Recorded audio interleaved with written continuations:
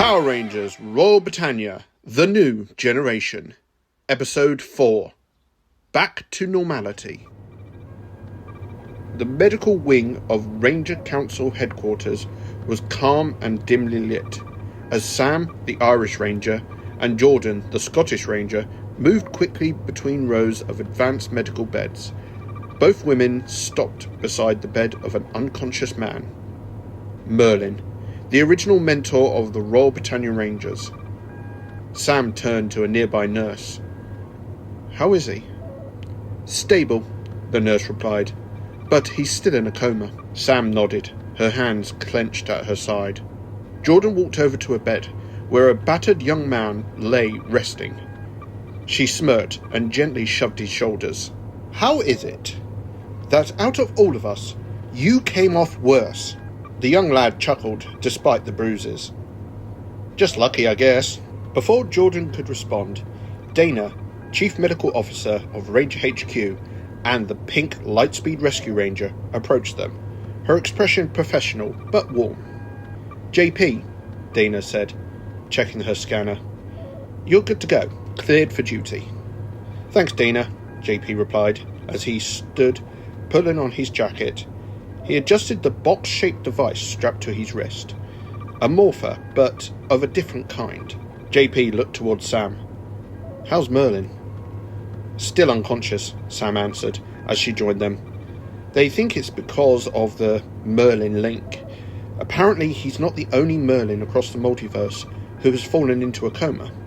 The three of them headed towards the exit when a scruffy-haired man in a torn blue top wandered past, staring at the advanced technology like it belonged to another world entirely. "Hey, Coda!" JP called out. The man paused, blinked in confusion before managing a smile. "Hey, Spider!" he replied, continuing into the medical wing, still clearly overwhelmed. Sam and Jordan exchanged a look. Across the city, far above the streets and unaware crowds below, a towering skyscraper pierced the clouds.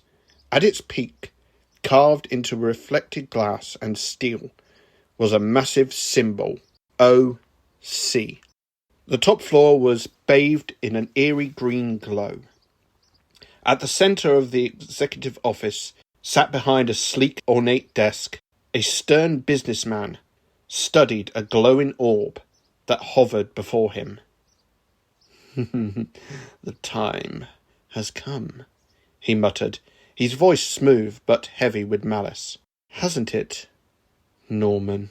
He was alone, or so it seemed, yet he spoke with certainty. A thin smile crossed his face. "Now then, who should we call upon first?" He paused, then chuckled softly. "Ah, I know." The man placed his hand upon the orb. The energy within flared violently, surging across the chamber and slamming into a sealed doorway on the far side of the room. The door ignited with brilliant yellow light, crackling with raw electric power. With a thunderous hiss, it slid open.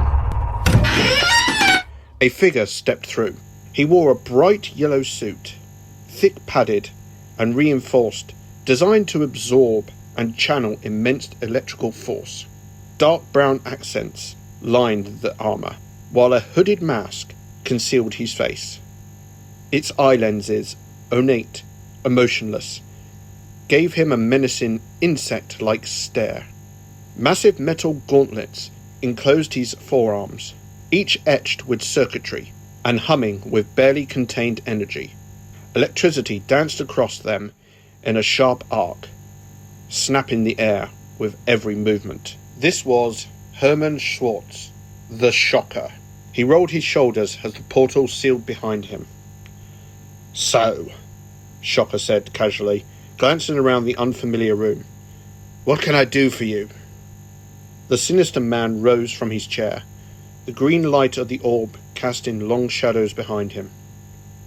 "This is a new world," he said calmly, "and we need to find our footing." He turned, eyes gleaming. "Go out. caused chaos. The Shocker grinned beneath his mask. The gauntlets crackled loudly in anticipation. "Can do, boss." Back at Ranger Council HQ, the command center buzzed with quiet tension. Holographic displays flickered overhead as Eric Myers, the Quantum Ranger, stood beside Artie, the English Ranger.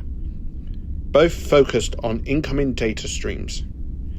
"We've had no reports of Wes," Artie said, arms folded, frustration clear in his voice, "or any Nega Ranger activity since..." Eric scuffed lightly. "Since Merlin dropped into a coma and we ended up piles of bones," he said dryly. Artie exhaled. "Yeah." Footsteps echoed across the platforms as JP, Sam and Jordan joined them. Sam wasted no time. "Artie," said Sam, "are you still searching for Wes?" Artie looked up, eyes hardened with determination. "We have to find him." JP stepped forward, placing a hand on Artie's shoulder. "We will, dude," he said firmly. He hesitated for a moment before adding, "But there's no point working yourself into the ground.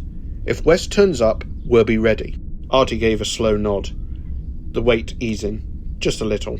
The moment was broken as Jeff, the Welsh Ranger, strolled into the command center, casually eating a slice of pizza.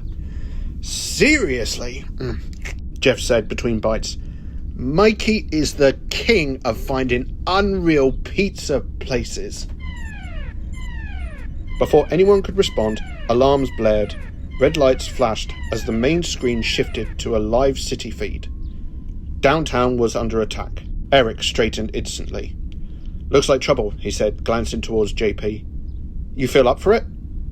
JP rolled his shoulders, a confident grin forming. "I've been cleared." "Good," Jeff said, pointing the pizza slice at him. Cause you already owe me for saving your ass fighting Morgana." JP smirked. Yeah. The group moved instantly into position. Sam and Jordan stepped forward, with calm focus. Archie and Jeff locked in beside them. JP took his place alongside the Rangers. In the heart of the command center, the air seemed to crackle with anticipation.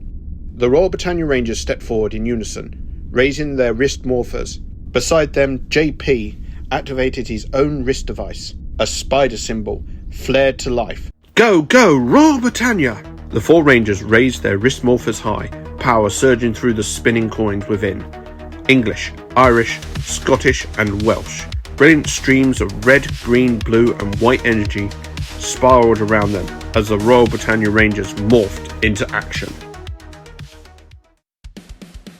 The spider brace unfolded with a mechanical snap, releasing a surge of glowing web-like energy. Luminous strands shot outwards, curling around JP's body, tightening, weaving, and locking into place as the suit formed piece by piece. The chest emblem burned brightly as the webbing solidified.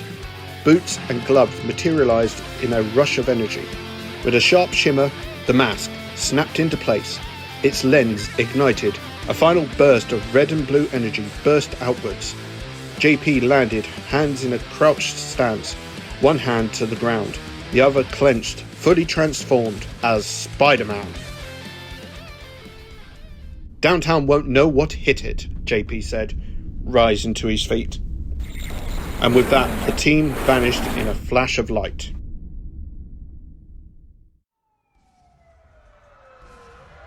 Downtown was already breaking apart. The Shocker slammed the gauntlets together.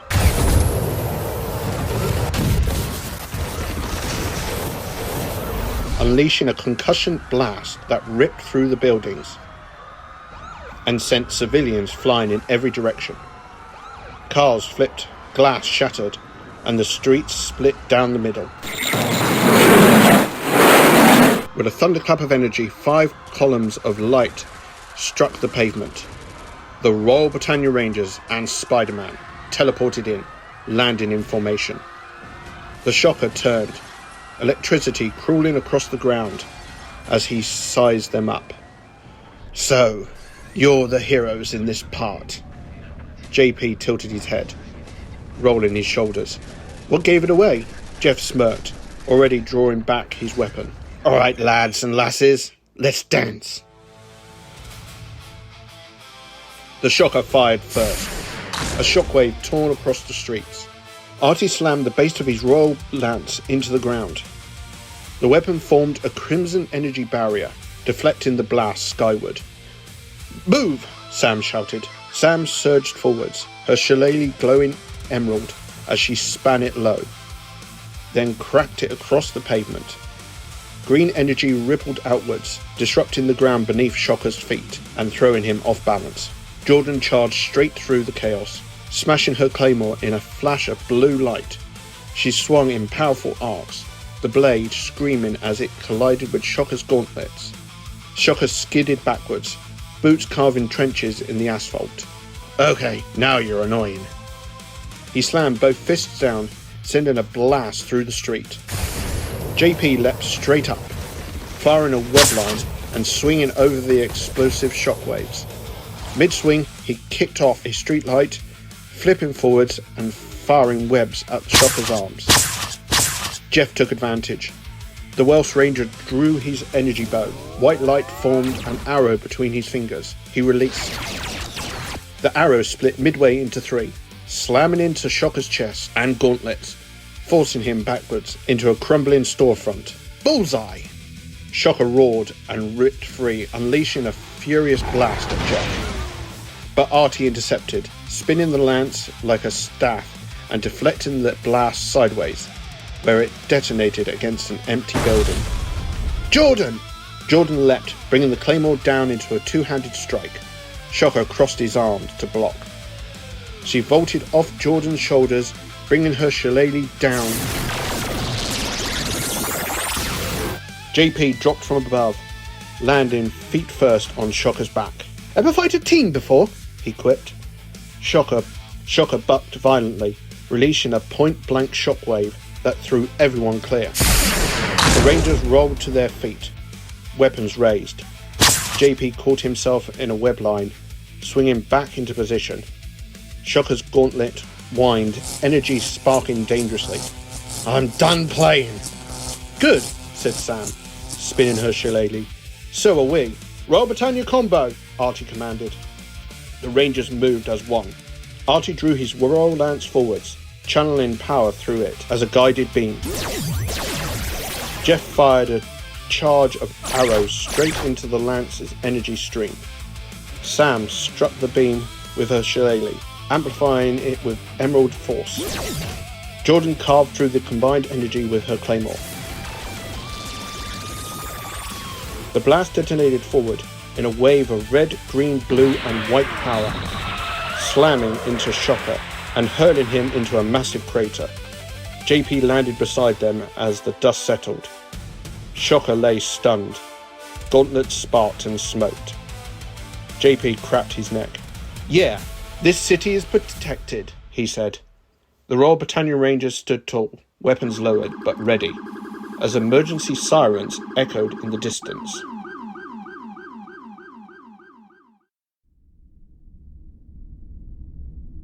Back at Ranger Council headquarters, the atmosphere was calm, but no less tense. The Royal Britannia Rangers stood before the main command platform as Eric Myers, the Quantum Ranger, finished reviewing the mission data. "Good work, all of you," Eric said, nodding in appreciation. "The Shocker has been secured and transferred to the holding cells. No civilian casualties, minimum structural damage, considering the scale of the attack." A man stepped inside, tall, confident, and immaculately dressed. His silver hair was combed back perfectly, his tight suit marked with subtle green accents. Every step carried authority, as if he expected the room itself to make way for him. This was Norman Osborn. His sharp eyes swung across the command center, taking in the Rangers, the technology, the power gathered in one place, measuring it. "Mr. Myers," Osborn said smoothly. He extended a hand, offering a sealed envelope. Eric accepted it curiously. "Mr. Osborn? I wasn't aware this was a scheduled visit. What's this? Official documents, Osborne replied calmly, ordering the Silver Guardians to transfer custody of Herman Schwartz to myself and my security team. Eric opened the envelope, scanning the contents. His expression tightened. After a moment, he waved over a Silver Guardian officer. Escort Mr. Osborne to the holding level, Eric ordered. Release the shocker into his custody. Osborne gave a thin, satisfactory smile before turning and leaving with the officer. The door closed. Eric let out a breath. JP folded his arms. So, he said, what's a billionaire owner of Oscorp doing in Ranger Council headquarters? And why does he want the shocker? Eric looked up at the display screen. Oscorp has been aggressively acquiring resources for months. Tech, energy, off-world materials. They even tried to buy out the Silver Guardians, but Mr. Collins shut them down fast. Jordan frowned. And now? They got momentum when Wes went rogue, Eric continued. It made the Ranger Council look divided, gave Osborne leverage. Artie clenched his fists. What are they planning on doing with the shocker? Eric shook his head. I don't know. If it escalates, we may have to bring in SPD. They won't join the Ranger Council, but they're still Rangers. Just an external force. Sam stepped forward. And what do we do? For now, Eric said firmly, nothing. Stand down. Rest. He paused, then added, Merlin's awake. Why don't you go and see him? You did good today. The Rangers exchanged looks. Their problems had only just begun.